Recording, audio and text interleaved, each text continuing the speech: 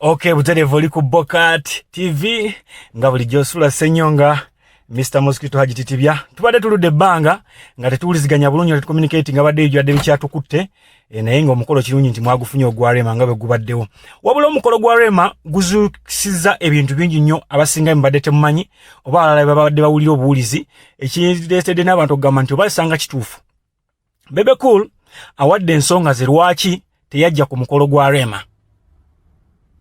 Bebe Cool agamba nze nanekyalinga Rema mu muziki.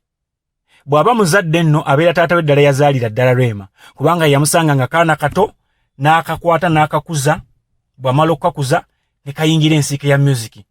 Rema bwe yali ave wa Bebe Cool teyamugamba nti ngenda. Wabula naye yabyekangira ku TV nga Rema yasanguza n'agamba kakati maneja wange ye Kayemba. Bebe Cool yenga y'omusajja oba omuzadde ne kimuluma. Nawulira ddala kugamba nga tekyandi bani batakikola bwe batyo. Oba nfuna bulungi nnyo. Kati bino bibaawo najja nga akola concerts ez'enjawulo tamuyita, akola ebivule by'enjawulo tamuyita, takola kitamunyega nako tamukuyadde ne kasimu, ebyo byonna Bebe Cool n'abikola ki? N'abifuna ku mutima. Abantu badde beebuuza ebibuuzo bingi nnyo. Lwaki Bebe Cool terabiseewo ku mukolo gwa Rema? Bebe Cool akuwadde ensonga ze. Akugamba nti Rema nga bwe kiri nti taata yazaala Rema mu muziki. Rema yennyini yali alina okumutuukirira amugambe nti no taata omukolo gwange gutuuse gwengedde ABCD omusajja wange yono gwengenda okubeera mpozi nga nyanjula era mbadde nkusaba obeerewo nga gwe omuzadde oba nga kitange yanzaala mu muziki. Wabula Rema kye yakola yafuna omuntu omubaka n'amuwa kaadi n'amugamba gitwalire Bebe Cool. Bebe Cool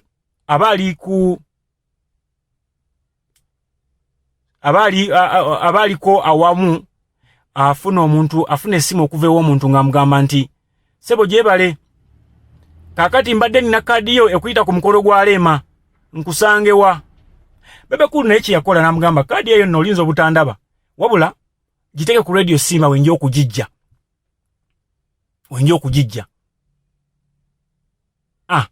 Ne mwana mulenzi nga naye nga akulu kutanga atwala kaadi wa ku radio Simba naye ng'ekyo kyonna okukimugamba ye yakimanyi tajja gijjawo. Fine, ku radio Simba waliwo bakwano ba Bebe Cool bangi nnyo mugatta Christine Namubiruko ni Nalugwa bangi nnyo naye ate ebikwatagana ne kaadi of course abalina okujjagiro naye nga ye oba si kyalina okukuba essimu n'agamba awaliwo kaadi yange mugindeetere. Twayogerako ne Christine Namubiru yategeeza n'agamba nti kituufu kaadi ya Bebe Cool yaliwo baagiteekawo era ne bamukubira essimu n'abagamba mugireke waawo nja ginona. Era bw'atyo n'ataginona olw'ensonga yalabanga okumuyisaamu amaaso. Rema agaana atya okumuleetera kaadi n'amukubira bukubizi n'amuwa buwi mbaka kale waakiri yandimukubidde essimu n'amugamba nti muzeeyi mbadde njagala sindika omwana akuleetere kaadi yange ndowooza yandibadde akiweeyinga ekyo mu butuufu bwakyo yandibadde akiweeyinga naye nakyo teyakola ki teyakiweeyinga oba okitegeera. Kakati bw'atyo Bebe Cool n'atalekako ku mukolo. Kati mwabadde babuuza lwaki Bebe Cool teyajja ku mukolo gwa Rema ensonga azikuwadde nti teyayitibwa mu butongole oba mu butuufu bwakyo ekyalina kirina okukolebwa nga bw'ogamba nti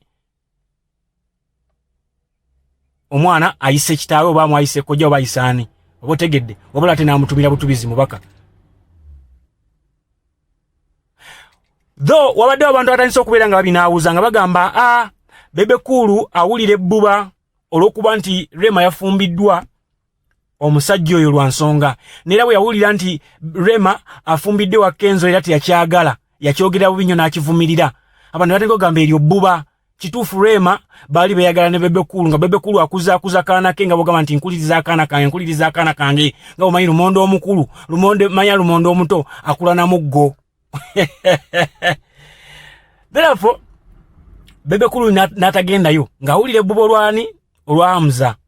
Abantu abasinka kati babinonooza bagamba nti naye nga kigambibwa nti yali atandise okukuliriza nga bakakwana bakola ate bwabogererako Zuwena n'abitegeera. Kati Zuwena mu kubitegeera nga omanyire ebbuba ly'abakyala nti n'omukyala ne bw'aba mupya era siru ng'ategedde nga omukwanya akimanyi nti olina omukyala era naye atandika okufiiringa bad ne Rema n'afiiringa bad n'avaayo era bwe yavaayo kwe kuwulirako mbw ate ali ne Walukaga ate simanyi ali ne Kenzo ate ali simanya nani kakananga ali wani wa Hamza. Therefore gwabadde abuuza lwaki Bebe Cool teyagenze ku mukolo ensonga ze zaziwadde n'abantu buli omu alina endowooza ye fete tugenda kubeera nga tugaana endowooza y'omuntu kiba kya bugagga kye. Tugamba tova ku Bokati TV tukyakwongera ebinyuma bingi nnyo tovaawo.